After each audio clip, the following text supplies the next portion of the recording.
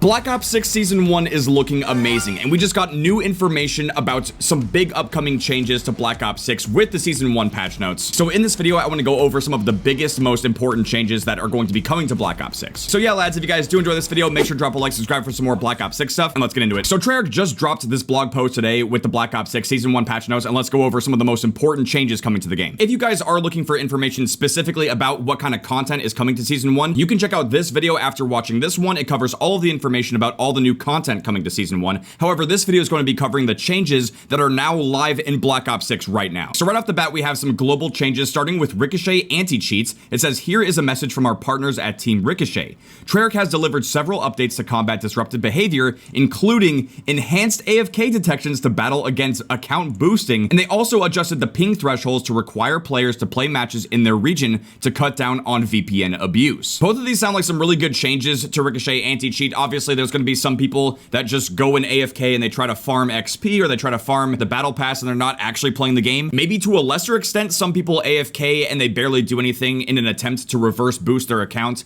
and try to get into some easier lobbies, which is also what the VPN abuse stuff is. There's obviously some VPN services out there that are being sold that try to convince players that they can get into easier lobbies by using VPNs. Well, now it's sounding like that stuff is not going to work as well. I can't personally guarantee that this kind of behavior is going to stop, but it's nice to see that they're trying to combat it and hopefully get rid of it. And while we could turn this into an hour-long video talking about the things that Ricochet Anti Cheat is not doing properly, we need to move on and talk about some of the other changes that are coming to the game. In order to unlock ranked play in Black Ops 6, you're gonna have to win 50 matches before you can even enter ranked play. They're saying this ensures that players are experienced with multiplayer before they enter the mode, and it gives Team Ricochet a historical match history to examine before an account enters ranked play. Team Ricochet also utilizes its replay investigation tool to monitor replays of top players as part of the investigation process. So what this is sounding like is that by having to complete 50 matches, it could reduce the amount of smurfing that happens. You know, some people, they might be able to play ranked play and climb to a certain amount, but if they can't get there, they're gonna get frustrated, especially because at the highest level play in ranked play, typically for a lot of the recent Call of Duty games, it's ridden with cheaters. It's almost impossible to actually get to the top. So I would imagine that those players who can't climb any further are getting frustrated, and they probably just want to get on a smurf and just dump all over some bad players as a result. But moving on, it also says detection systems initially deployed at launch from Team Ricochet to collect data to test for effectiveness will be activated to help flag accounts for action beginning with Season 1. The security system updates listed above will also be active for ranked play in Warzone, which launches mid-season. So yeah, overall for Ricochet Anti Cheats, it sounds like there's some good improvements and some good stuff in the works. However, it's not perfect, and there's still going to be people cheating. There's still going to be people exploiting the game in all sorts of ways. And while it's definitely a step in the right direction, it might not be as big of a step as some people are hoping for. That's just how it is, man. The war against douchebag cheaters is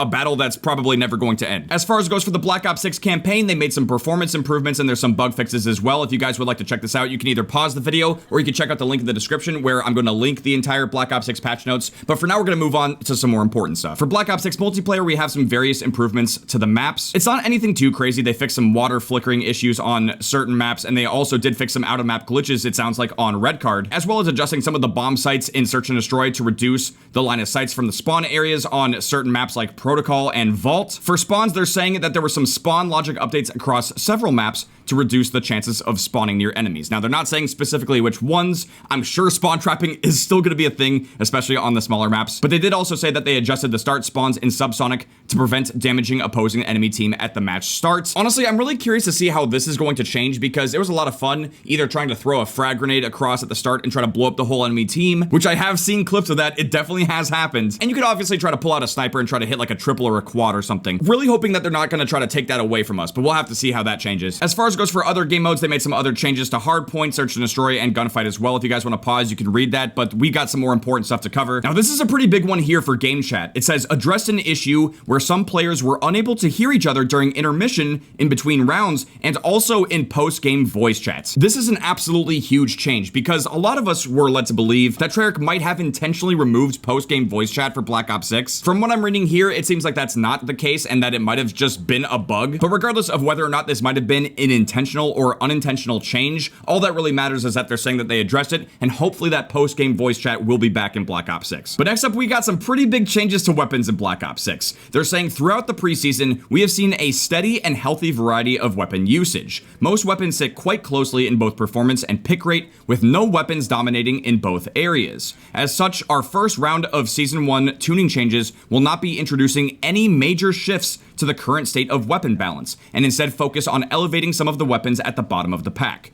We are also addressing feedback regarding assault rifle damage in hardcore and completing our adjustments to the shotgun slug attachment. Now right off the bat, that is pretty interesting, and I will say, I've seen a decent amount of weapon variety in the matches. I do think that some of this has to do with the mastery camo grinds. People are going to be forced to come out of their comfort zone and use weapons that they otherwise probably wouldn't touch, so that could be affecting some of the weapons that people are choosing to pick. But at this point in time, it seems like a good reaction and a good decision from Treyarch to go ahead and just try to buff some of the weapons that are underperforming and maybe aren't getting picked as much, which we're going to see as we read on. But for now, here's some changes that they made to every weapon in the game. They said that they adjusted weapon motion while moving and changing stances to improve aiming feel and centering, especially with optics. Hold breath focus state will now be maintained while firing if applicable, and they also improved the weapon depth of field settings when performing a weapon inspect. I would imagine that the change Treyarch is going to make is that when you go to inspect a weapon, it should be looking sharper instead of having the weapon kind of blurred out. I noticed that when I've done some work for thumbnails and stuff, as well as grabbing cinematics for the quad feed with every gun project, some of the guns were a little blurry with depth of field on. It can look really nice and it's supposed to look cinematic,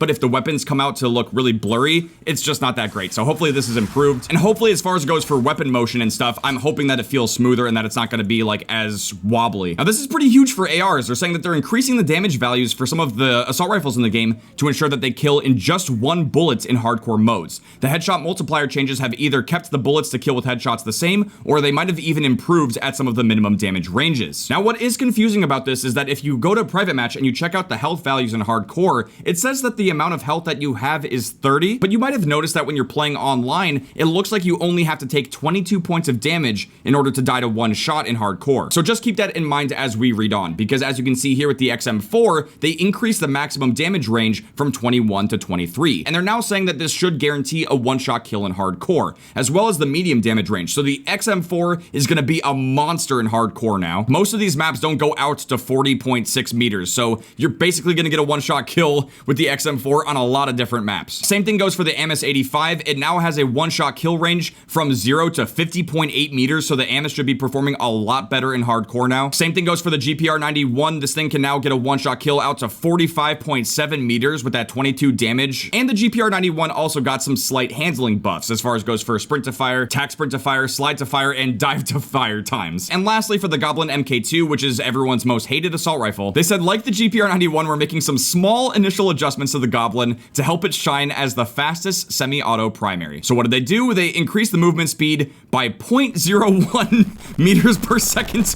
Yes, every little bit matters. Oh my god. Yeah, I just gotta say, man, that is a completely bullshit change. That's gonna do almost nothing to the Goblin. They also improved the sprint to fire by 5 milliseconds, and they also improved the tack sprint to fire by 5 milliseconds. So basically the Goblin is unchanged and still unusable for a lot of players. I'm kidding, by the way. The Goblin is really good in hardcore. However, if you're trying to get headshots, don't use it in core. It takes like 3 shots to the head to get a headshot. Just use it in hardcore. It's a one tap. And as far as it goes for SMGs, if you're trying to get your headshots done for the Compact 92, this is the only SMG that is receiving a buff, and it can now get a one-shot headshot kill in hardcore in its max damage range. So out to roughly 11.5 meters, you can now get a one-shot kill to the head with the Compact 92, which is really good for your headshot challenges, assuming that you're playing on some really small maps, preferably hardcore face-off. As far as it goes for shotguns, they made some changes to the laser attachment. It says increase the time it takes to reach ADS spread from 20% of aim down sight speed to 70% of the aim down sight speed. Okay, so I've got the Strelok laser on my Marine SP shotgun, and if you look here, if I just lightly tap my ADS button, you can see the spread of the shotgun tightening up a lot faster, it seems like. So I'm pretty sure that this change that they mentioned in the patch notes allows you to tighten up your hip fire spread a little bit really quickly, but ultimately if you're trying to guarantee those one-shot kills at closer ranges, you might want to go fully ADS. But this will at least help you tighten it up really fast. Now, as far as goes for the 12 gauge slug attachment, they did buff it and they made it possible to get a one-shot kill again. However, the range is pitifully low. You can only get a one-shot kill to the body at 2 meters with a slug. If you guys want to pause the video real quick and take a look at all the different range changes, you can. But as you can see here, the headshot multiplier has increased from 1 to 1.5. So realistically, what Treyarch is saying here is if you want to use the slugs, go for headshots, because the intention behind this change is to reward people for good accuracy and for trying to land those headshots. And we're seeing a very similar story here with the ASG 89. However, it has even worse range. If you're using slugs, you can only get a one-shot kill to the body at 1.3 meters, which is basically point blank range. range. Again, you can pause the video if you want to see all the damage changes at the different ranges listed here, but it is going to be getting a headshot multiplier of 1.5 as well. And ultimately, when it comes to the adjustments, Treyarch is saying that slugs allow players to run shotguns as mid-range precision weapons. As a trade-off, they have a limited short-range effectiveness if you are not carefully hitting headshots. And as you can see here, I've quickly made a slug build to try to demonstrate these changes real quick in the firing range. This target here is at 10 meters, and if we shoot him in the head, he will die. At 25 meters, you're gonna have to shoot them twice in the head,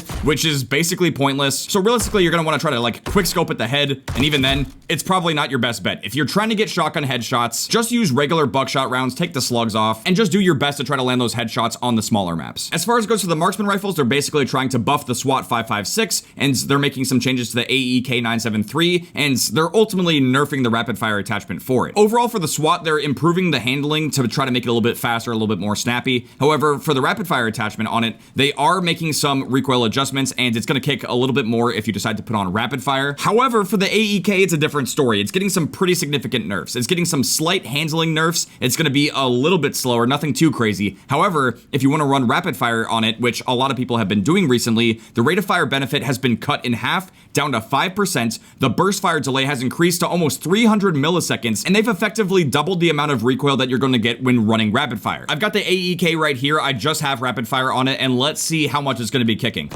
Okay, so that's rapid fire, and honestly, it doesn't seem to be kicking that much, and it actually seems pretty good. It still seems like an absolute monster. I know this thing has definitely been, it's been the talk of the town for the meta build kind of videos. A lot of people are saying it's the god gun, it's the meta gun, everyone needs to use this, and honestly, it seems extremely good still. It still seems really good, and if we put even more attachments on it, man, I really can't imagine that it would get even worse. Like, this thing is honestly just really beastly with rapid fire. But guys, this is a huge one, especially if you're either a sniper or if you're someone who's working on your sniper camos in the game. Treyarch has been monitoring feedback on sniper rifles and are making some changes to promote more build diversity and improve the sniping experience before gaining access to a complete attachment set. We are lowering the baseline flinch on all snipers and reducing the flinch resistance given by stock attachments. The resulting received flinch values are much lower up front and just a bit lower overall after equipping the stocks. We are also increasing aim walking movement speed bonuses on stock attachments to make those choices more valuable. Lastly, we are improving the ADS idle sway delay by default on all snipers,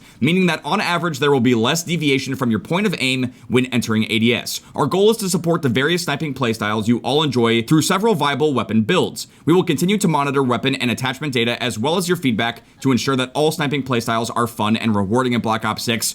Let's go, Treyarch! This one's been a long time coming, man, and if we look at the adjustments, they said that all snipers now have 1 second of 50% idle sway, scaling at the beginning of aim down sight, and that all snipers have had their base flinch resistance improved by 17%. And as far as goes for the Frost line, they're saying that they saw it falling behind the LR762 and that they're buffing its handling traits in order to make it, a little bit faster. This includes improving its ADS speed, its sprint to fire and tac sprint to fire speeds, as well as improving its ADS idle sway. As far as goes for the SVD, also known as the slightly voluptuous doinker, they said that they introduced a delay after firing before a new shot can be queued. This does not change the rate of fire, but it prevents you from accidentally firing an extra unintended shot when you're repeatedly pulling the trigger. They also made a slight improvement to the sprint to fire speed, as well as the tac sprint to fire speed. And lastly, for the LR762, they made a slight improvement to the tac sprint to fire speed, but for the most part, it's receiving the same general attachment adjustments that are happening to basically all the snipers in the game. The sniping legend FaZe Scope made an entire dedicated video on Twitter, and he sent it to Treyarch addressing all of the issues with the sniping in the game, and this is definitely a good step in the right direction. However, I'm sure there's still going to be some slight issues with the snipers that are still going to need some addressing, and hopefully they'll see his video because he's one of the best snipers in the game, and he knows his shit. He knows what they would need to do in order to make sniping the best that it possibly can be. As far as goes for the gunsmith, they made some minor changes here, nothing too crazy, but as far as goes for perks, there is a pretty big one here, which is a slight reduction to ninja footstep volume, and they also said they made a slight reduction to default footstep volume. That one is absolutely massive because when it comes to footstep volume, currently in Black Ops 6, ninja is kind of a crutch perk, especially in search and destroy. Like, you basically have to run it in search. But even in respawn game modes, you don't necessarily want people to hear your feet. And it's already pretty well known at this point that if you run the field upgrade acoustic amp,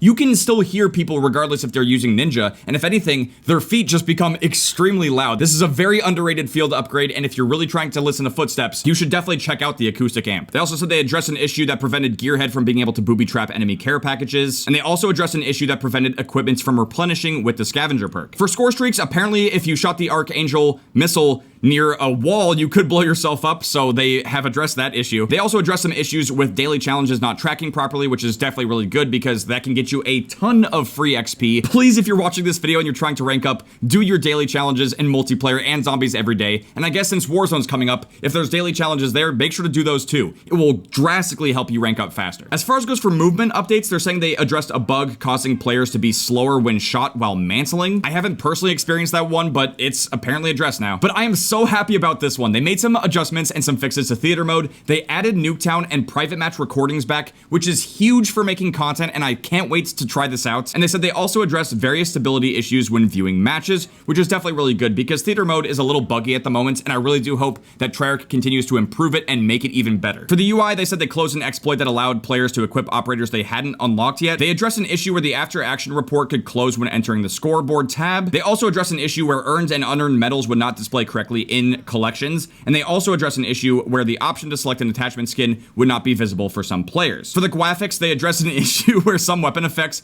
would persist on the character after changing weapons, and then for stability, they added numerous stability fixes. Now that's just for multiplayer. As far as goes for zombies, there are a ton, I seriously mean a ton of changes for zombies. It's going to make this video absolutely massive if I try to cover every single thing. So again, if you guys want to see the full details on zombies, I'll have a link in the description to the patch notes. I will, however, try to go over some of the most important stuff since I do really enjoy zombies and I'm also playing it a lot too. For Liberty Falls, they updated the first mangler whose arm is blown off to always drop a mangler cannon instead of only the first mangler that spawns. That is a pretty nice change because if someone just kills the first mangler and it doesn't drop the mangler cannon, it can take a lot longer to actually get this. As far as goes for some general weapon balancing in zombies, all assault rifles have had their pack-a-punch base damage and overall crit damage increased, and as far as it goes for the HE1 launcher, they also buffed it to make it more useful at stopping hordes of zombies. When it's pack-a-punch, it will now have more stock ammo and a larger explosion with more overall damage, so that's definitely pretty nice. As far as it goes for bug fixes, they said address an issue where camos were not being applied to zombie builds, close an exploit that allowed players to have 3 weapons, address an issue where wall by rarity would reset when loading into a save, and they also address an issue where yellow damage numbers would appear when hitting a crit spot with the ray gun. Now with that being said, I'm sure there's some other bug fixes and some exploits and glitches that probably got fixed that aren't being mentioned here in the patch notes. Obviously we have to read on, but like I mentioned in a previous video, there are still some glitches out there that do work, and in previous patch notes, Treyarch hasn't made any mention of them existing and them fixing them. Treyarch did make some specific updates to some of the perks like Quick Revive,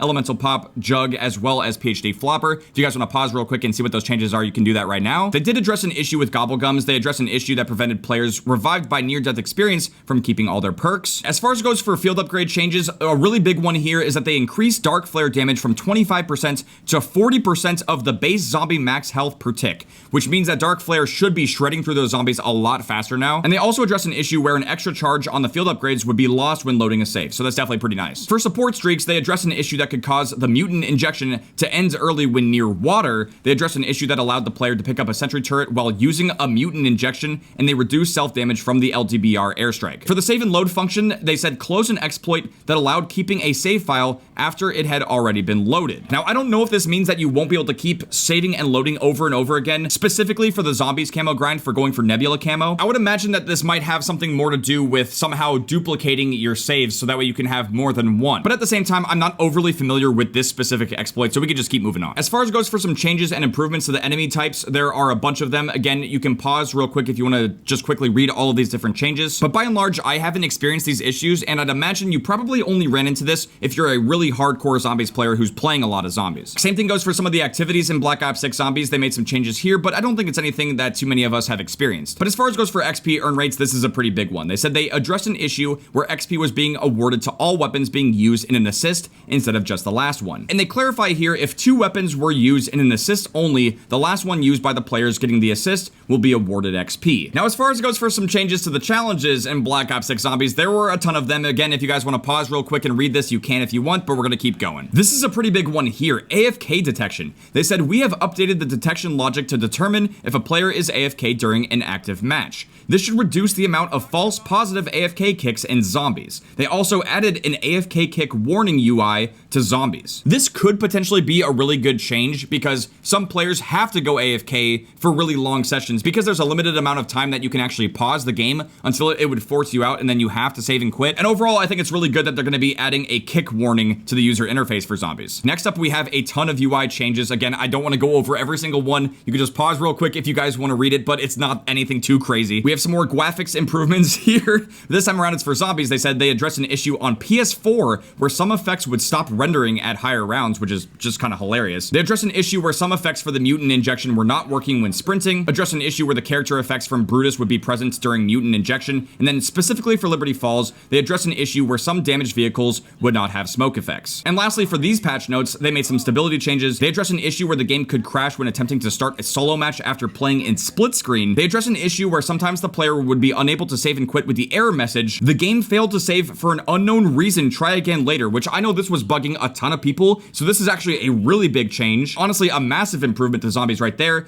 And again, they added numerous stability fixes. They're not saying exactly what it is. It's probably a ton though on the back end. And that's pretty much it for this blog post, but there is more to go over. As far as it goes for the battle pass for season 1, this is a pretty good example of what it's going to look like. As you can see, we have the Ricochet assault rifle. This is the new AR coming to season 1, and it's available on page 6. And in order to get this unlocked, you would have to go to page 6 and start unlocking these first 6 rewards before you can actually claim the new AR. But this is a pretty important one as well. They're saying that Black Cell owners get the bonus of unlocking a single battle pass page at any point, regardless of whether the pages before it are unlocked. They say begin unlocking tier rewards on that page immediately. Each new page requires a certain threshold of claimed tiers before it unlocks. You don't have to complete an entire page to access the next one. Now, me personally, I'm still kind of confused by this type of system, but it's going to be in the game tomorrow, and we're going to see exactly how it does work out. And just keep in mind that if you did pre-order and buy the Vault edition of the game, I'm pretty sure you should have the Black Cell Battle Pass, so you'll be able to experience what this is like firsthand. And as far as it goes for the Black Cell rewards, they do have this image right here, which will basically show you everything that you can get as part of the Battle Pass, but also the Black Cell exclusive stuff on the right. Again, if you upgrade to the Vault edition, you will get access to the Black Cell, so that's just something to keep in mind since it is roughly the same cost, but you'll get even more content. Again, you guys don't have to do that. I'm just trying to provide you guys with the information. And lastly, I think it is worth mentioning that there are some really wacky skins coming to Black Ops 6 with season 1, so don't be surprised if you see someone running around with this freaky looking skin, on top of the fact that there's going to be some bundles that will have exclusive emotes that you can only get from buying those bundles, so just keep that in mind. Same thing goes for the finishing moves as well. It's also important to keep in mind that some of these weapon blueprints will also allow you to bypass losing access to some of those weapons when you go to Prestige. I'm just trying to prepare you guys, because once these bundles come out, I don't know exactly when each of these is dropping in season 1, but you're gonna have people running around as raccoons in Black Ops 6, you're gonna have people running around as sharks. It's gonna be getting a little wacky over here on Black Ops 6, so I'm just trying to show you guys all this stuff so that way you know what to expect. I don't see too many people talking about this one though. This is called the Kick Some Brass Mastercraft Ultra Skin for Nazir. If you're into steampunk, I think this is definitely gonna be right up your alley.